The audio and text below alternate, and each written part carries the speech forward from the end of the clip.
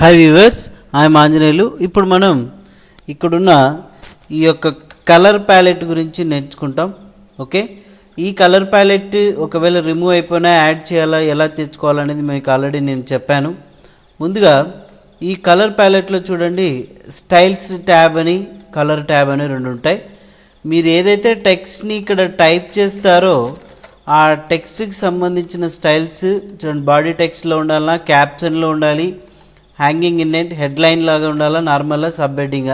So ఆ రేంజ్లో ఇక్కడ మనం ఇవి సెట్ చేసుకోవచ్చు. ఓకేనా.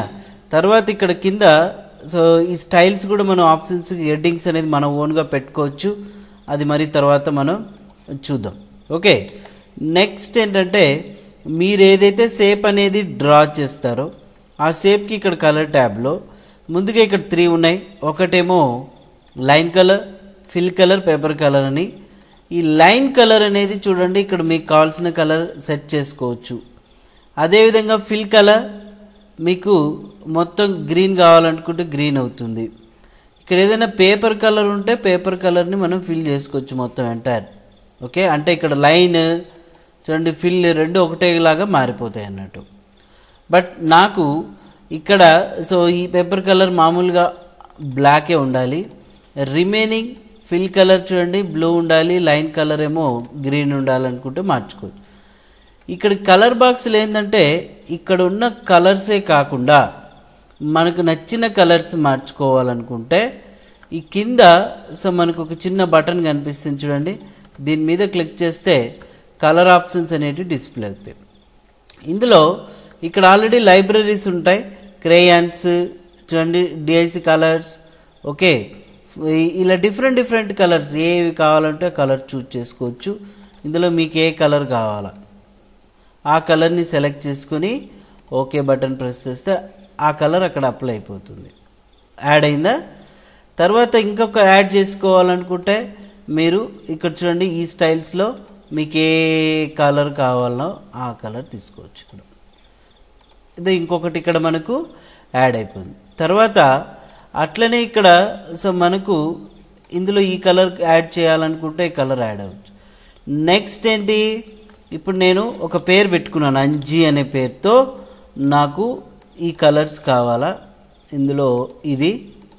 తర్వాత వచ్చేసి స్పాట్ ప్రాసెస్ టైప్ ఉండాలి, టైప్ వచ్చేసి ఒకవేళ స్పాట్ టైప్ కావాలా, మోడ్ వచ్చేసి ఆర్జీబీనా సిఎంవైకేనా.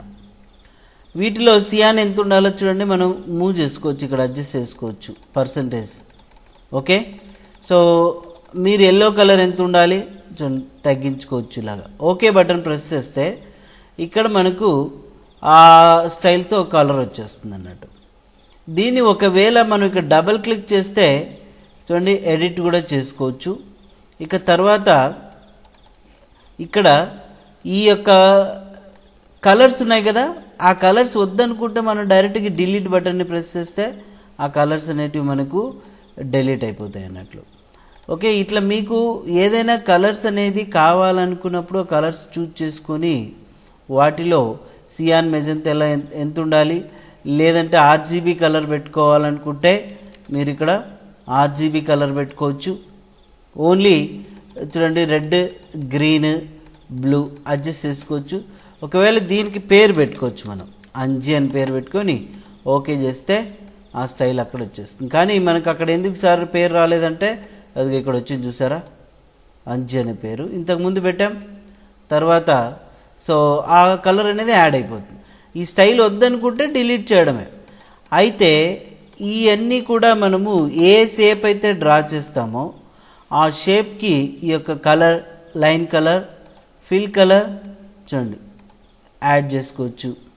ఇలాగా ఈ కలర్ ప్యాలెట్ అనేది మనకు చాలా ఇంపార్టెంట్ అండి. కాబట్టి ఈ యొక్క కలర్ ప్యాలెట్ అనేది మీరు చాలా జాగ్రత్తగా ఉపయోగించుకోండి. బట్ ఇక్కడ మాత్రం మీరు యాడ్ చేయాలనుకున్నప్పుడు ఈ కలర్స్ అనేటివి మీకు నచ్చిన కలర్స్ ఉంటాయి, చూజ్ చేసుకొని మీరు యాడ్ చేసుకోవచ్చు. చాలామంది ఏంటంటే ఇక్కడ ఉన్న కలర్సే ఉన్నాయి కదా, మాకు ఇంకా కలర్స్ కావాలంటే ఎలా అని ఫీల్ అవుతుంటారు. ఓకే, అది మనం ఒకసారి బాగా గుర్తుపెట్టుకోవాలి. ఇక తర్వాత ఈ స్టాండర్డ్ టూల్ బార్ చాలా ఇంపార్టెంట్. ఒక కొత్త ఫైల్ తీసుకోవాలనుకుంటే ఇక్కడ ఈ యొక్క ఆప్షన్ని ప్రెస్ చేయొచ్చు. ఇక మీరు ఏదైనా ఫైల్ని ఓపెన్ చేయాలనుకుంటే ఓపెన్ బటన్ ప్రెస్ చేస్తాం, సేవ్ చేయాలనుకుంటే సేవ్, ప్రింట్. ఇక అదేవిధంగా క్యారెక్టర్ స్పేసెస్ ఉన్నాయి. ఇక తర్వాత వచ్చేసి ఇంక్రీజ్ ఫాంట్, డిక్రీజ్ ఫాంట్, తర్వాత spell check, fill and stroke. ఇక్కడ వాడేటి మెయిన్ ఏదైతే ఇంపార్టెంట్ ఉన్నాయో అవన్నీ ఇక్కడ ఉంటాయి, కానీ ముందు మనం ఇవి కూడా చెప్తూ వస్తాం. సో కాబట్టి ఈ యొక్క కలర్ ప్యాలెట్ని కూడా మీరు బాగా గుర్తుపెట్టుకోండి. కలర్ ప్యాలెట్లో మనం ఇంకోటి చెప్పేది మర్చిపోయాం. ఏంటి అంటే మెజంతా కలర్ ఫిల్ చేసే ముందు నాకేంటంటే ఆ యొక్క మెజంతా కలర్ అనేది నన్ను ఇచ్చేసాం. ఈ కలర్ సెలెక్ట్ చేసుకునేటప్పుడు టింట్ అనేది తగ్గించాలనుకోండి. ఇక్కడ అంటే మనకు ఒపాసిటీ లాగా టింట్ 60% అంటే చూడండి ఇలా వస్తుంది, టింట్ 15% అంటే ఇలా వస్తుంది. ఇలా టింట్ అనేది మీరు పెంచుకోవచ్చు, తగ్గించుకోవచ్చు. తర్వాత ఇక్కడ ప్లస్ బటన్ మీద క్లిక్ చేస్తే న్యూ కలర్స్ ఏమైనా యాడ్ చేసుకోవచ్చు, ఉన్న కలర్స్ని డిలీట్ చేసుకోవచ్చు, డూప్లికేట్ చేయొచ్చు.